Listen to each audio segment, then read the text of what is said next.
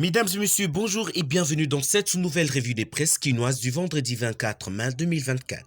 À l'installation du bureau définitif de l'Assemblée nationale, la plupart des journaux parus ce vendredi dans la capitale sont d'avis que rien n'empêche désormais la sortie de la nouvelle équipe gouvernementale près de 2 mois après la nomination de la première ministre Judith Suminwa. Congo Nouveau estime que les choses devraient s'accélérer quant à la publication du gouvernement de Judith Suminwa Tuluka et titre en sa machette.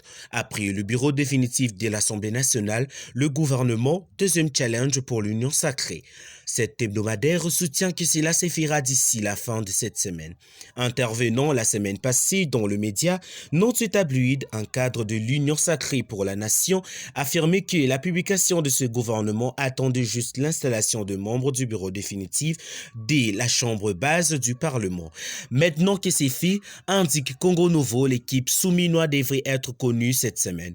Quelle sera la taille de ce gouvernement qui y feront partie? Ce sont des questions qui fusent dans des salons politiques, s'interroge ce journal.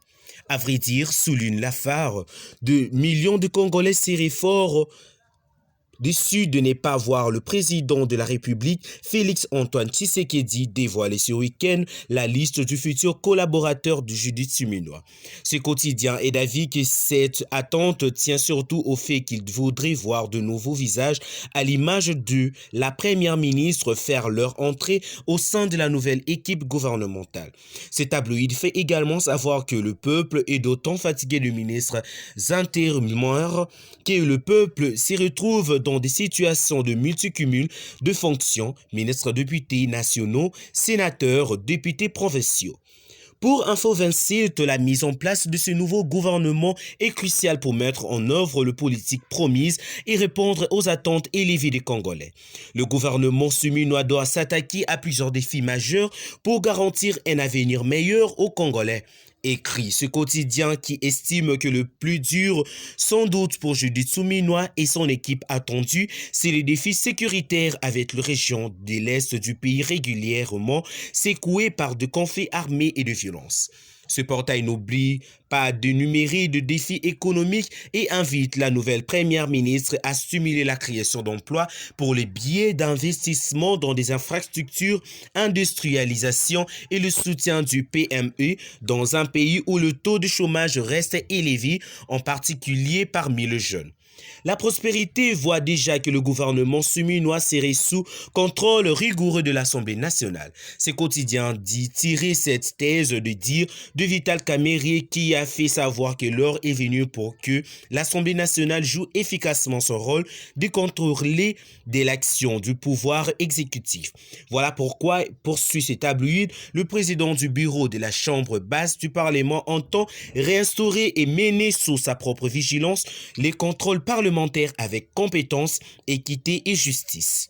Le quotidien qui rappelle que l'ancienne équipe gouvernementale, composée généralement de chefs de partis politiques, n'a pas été à hauteur des attentes de la population. Caractérisée par une impunité sans nom, corruption et détournement dont le tout dernier est celui de forage et lampadaire, rapporte ce tabloïd, le gouvernement n'a pas mérité les acclamations de Congolais. Pour sa part, Forum des Sages change de chapitre et signale que la population appelle à la prise de fonction du nouveau gouverneur de Kinshasa et de l'Assemblée d'institutions provinciales issues du scrutin du 20 décembre 2023. Selon ce quotidien, le Kinois disent déplorer l'insalubrité ayant un temps plus qu'imminent. Même le mythique boulevard du 30 juin n'est pas épargné, fait savoir ce tabloïd.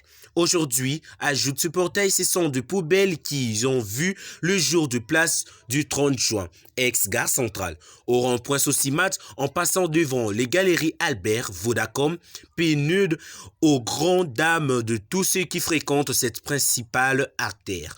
L'odeur nauséabonde que dégagent ces ordures ménagères expose plus d'un à des 1000 maladies de diverses natures. Notre Forum des As. Cette situation dramatique est connue